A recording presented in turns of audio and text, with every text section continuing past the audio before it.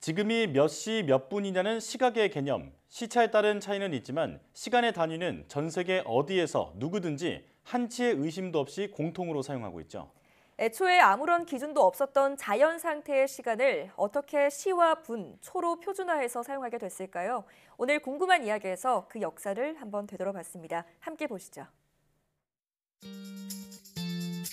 안녕하세요. 궁금한 이야기의 이호종입니다. 혹시 지금 몇 시인지 알 수 있을까요? 라고 누군가 물어본다면 여러분은 무엇을 보고 시간을 알려주나요? 요즘에는 스마트폰을 통해 지구 위 어느 곳이라도 전파가 도달하기만 한다면 현재 시간이 몇 시인지 바로 알 수 있죠. 스마트폰이 없던 먼 과거에는 휴대할 수 있는 시계를 들고 다녔습니다. 휴대용 시계의 초창기에는 시계 장치 속 태엽을 감아서 사용하는 기계식 시계가 있었고, 이 시간이 지나 수정을 이용한 시계가 등장했습니다. 이 수정 시계는 기계식 시계보다 더 정밀하게 1초를 잴 수 있었다고 합니다.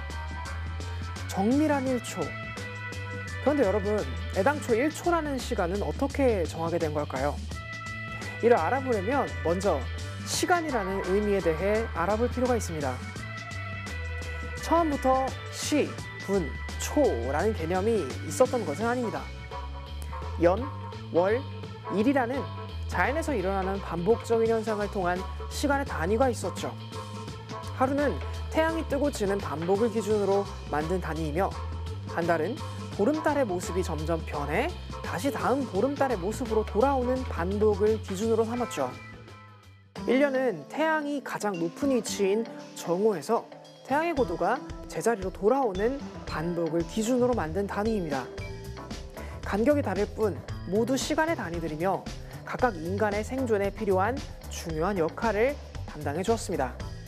하루는 활동 시간의 근거를, 한 달은 야간 사냥, 그리고 활동에 필요한 근거를, 1년은 의식주의 형태를 선택하는 근거를 마련해 준 것이죠. 그런데 하루라는 추상적인 단위를 더 구체적으로 잘게 쪼갠다면 좀 더 실용적으로 이용할 수 있었을 것입니다.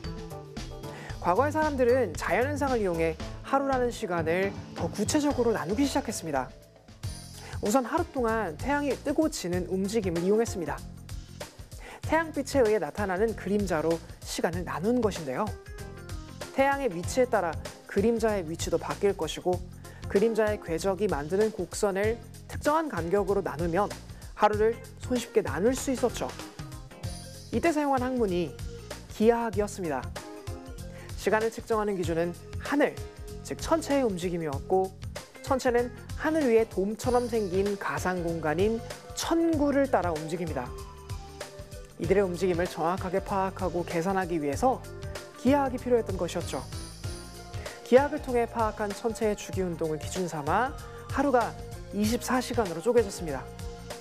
달이 보름달일 때를 기준으로 12시인 정오에는 태양이 가장 높은 곳에, 24시인 자정에는 달이 가장 높은 곳에 위치하도록 시간의 기준을 정한 것이었습니다.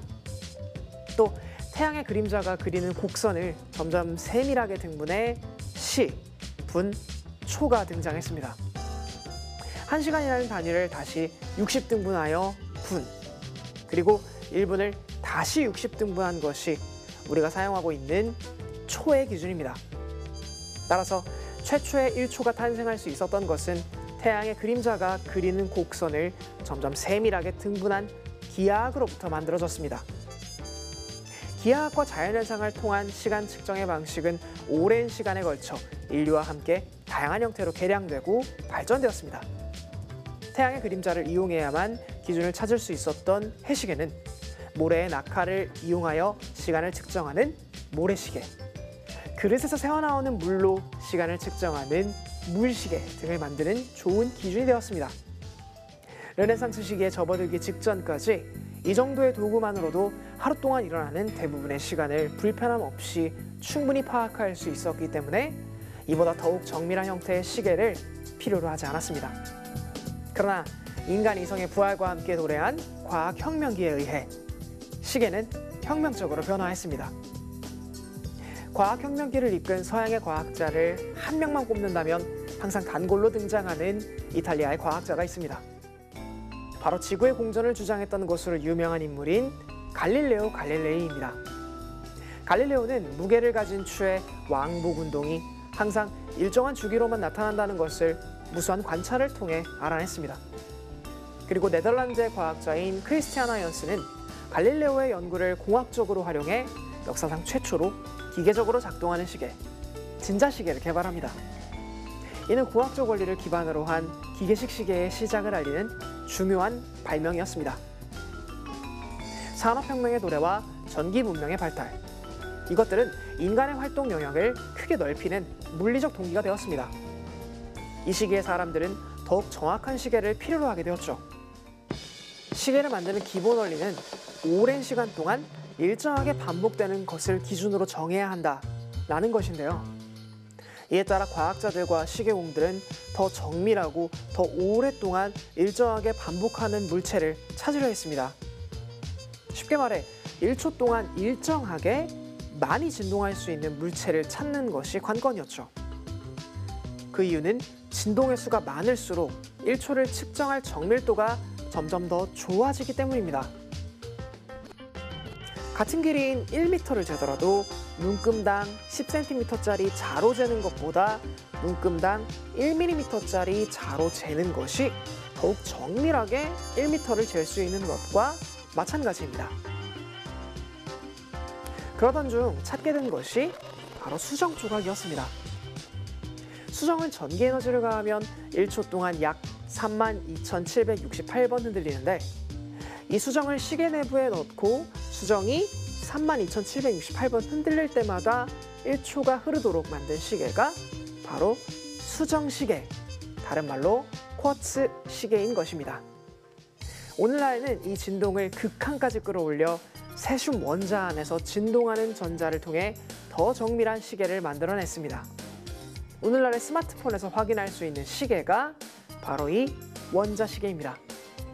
세슘 원자 내의 전자의 진동은 수정 종합과 차원이 다르게 빠른데 그 횟수는 무려 초당 91억 9,263만 1,770번입니다. 이론적으로 원자시계의 1초는 약 30만 년 동안 겨우 1초 정도의 오차만 발생할 수준으로 정확하다고 합니다. 우리가 언제 머무는지 알 수 있게 해주는 시간, 이 시간의 측정 기준은 천체들의 일주기로부터 왔다는 것을 알 수 있었죠. 앞으로 시계를 볼 때마다 우리의 시간, 우리의 1초는 매일 아침 우리들을 환하게 맞아주는 태양으로부터, 그리고 아름다운 밤하늘을 가득 메워주는 저 우주 너머의 천체들로부터 왔다는 것을 잊지 않으셨으면 합니다. 이상 궁금한 이야기였습니다.